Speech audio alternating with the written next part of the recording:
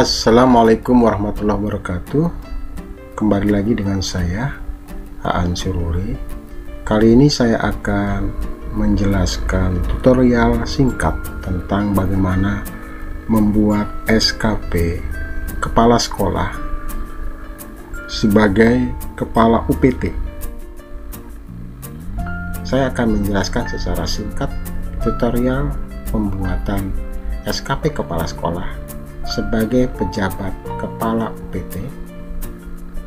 Ini adalah format SKP sasaran kinerja pegawai pejabat pimpinan tinggi atau pimpinan unit kerja mandiri pendekatan hasil kuantitatif di tahun 2022. Seperti biasa, pegawai yang dinilai yaitu nama kepala sekolah, kemudian NIP, pangkat golongan jabatan, unit kerja yang dinilai, kemudian nama pejabat penilai kinerja atau kepala dinas.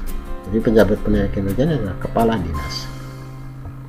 Isikan datanya. Nah, kemudian di sini yang harus diisi secara manual adalah rencana hasil kerja, indikator individu, kemudian target. Nah, mari kita lihat satu persatu. Pada kolom hasil kerja utama itu diisi dengan sasaran yang terdapat pada perjanjian kinerja atau renstra. Yang kedua, bisa juga diisi direktif atau rencana aksi yang prioritasnya tinggi. Apa sih yang dimaksudin direktif? Misalnya instruksi pimpinan kepada kepala sekolah. Misalnya diberikan target sekolah A harus begini, harus begini. Nah, itu namanya direktif. Bisa kita isikan langsung aja di sini. Nah, bagaimana kalau tidak ada kedua-duanya ini? Maka Bapak Ibu kepala sekolah bisa mengambil dari rencana kerja tahunan sekolah. Mari kita lihat contohnya. Misalnya ini saya beri contoh pada perjanjian kinerja dicantumkan bahwa kepala sekolah itu ketika dilantik diberikan tugas pertama harus meningkatkan kualitas pelayanan pendidikan di sekolah yang diberikan tugas. Kemudian indikatornya terpenuhi layanan pendidikan sesuai 8 standar nasional pendidikan. Kalau mau disebutkan 8 standar ini silakan sebagai indikator. Kemudian targetnya adalah tercapainya standar pelayanan minimal pendidikan di sekolah tersebut. Perspektif penerima layanan.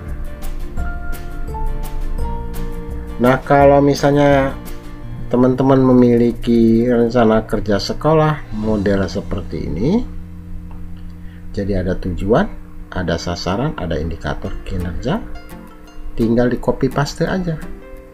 Kalau tujuannya bunyinya misalnya peningkatan standar kompetensi lulusan, berarti hasil kerjanya adalah meningkatnya. Indikator kinerja tinggal di copy paste, masukkan di kolom. Apabila teman-teman memiliki RKT atau RKS sekolah, jadi tinggal copy paste pada format dari SKP tersebut. Mari kembali lagi kepada contoh. Meningkatnya kualitas pelayanan pendidikan di sekolah. Indikatornya adalah terpenuhinya layanan pendidikan sesuai 8 standar minimal, kemudian targetnya tercapai standar pelayanan minimal pendidikan. Scroll ke bawah.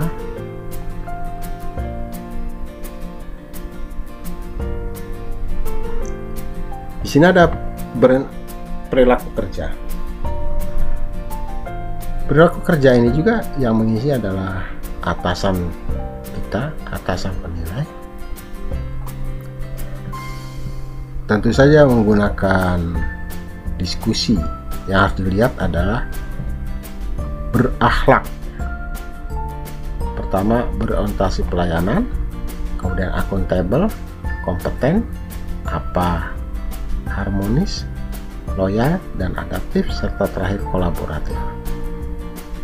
Sumber daya membutuhkan SK kepala sekolah dan peralatan alat tulis kantor, misalnya membutuhkan koordinasi dan dukungan pengawas, membutuhkan sarana dan prasarana yang layak fungsi, membutuhkan tim guru yang solid dan kompeten, membutuhkan anggaran yang cukup memadai, dan terakhir membutuhkan peran serta komite sekolah.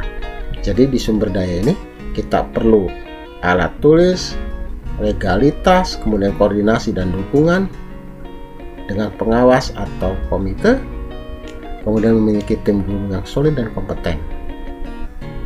Skema pertanggungjawaban akan dilaporkan setiap bulan berupa program kerja kepala sekolah tertuang dalam dokumen. Ini dilampirkan, berarti program kerja kepala sekolah dilampirkan. Program hasil kerja dilaporkan setiap tahun, ketercapaiannya sekolah melalui PKKS juga dilampirkan. Progres hasil kerja dilaporkan setiap tahun. Progres hasil kerja dilaporkan setiap tahun. Nah, bagaimana konsekuensinya?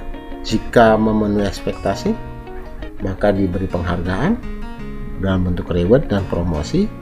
Sedangkan jika tidak memenuhi ekspektasi, maka adanya teguran lisan dan atau tertulis serta memenuhi kewajiban untuk melaporkan hasil kegiatan yang belum terpenuhi sesuai target yang telah direncanakan. Nah, ini ditandatangani oleh yang bersangkutan. Kemudian ini evaluasinya, realisasi berdasarkan bukti pendukung, misalnya 100%, 80%, 90%, atau tidak terpenuhi atau kurang memenuhi. Dan ini yang mengisi adalah atasan jabatan penilai. Dan terakhir adalah dokumen evaluasi kinerja.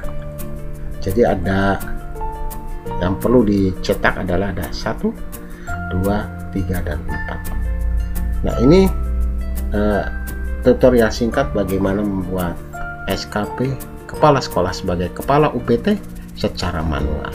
Semoga bermanfaat. Assalamualaikum warahmatullahi wabarakatuh.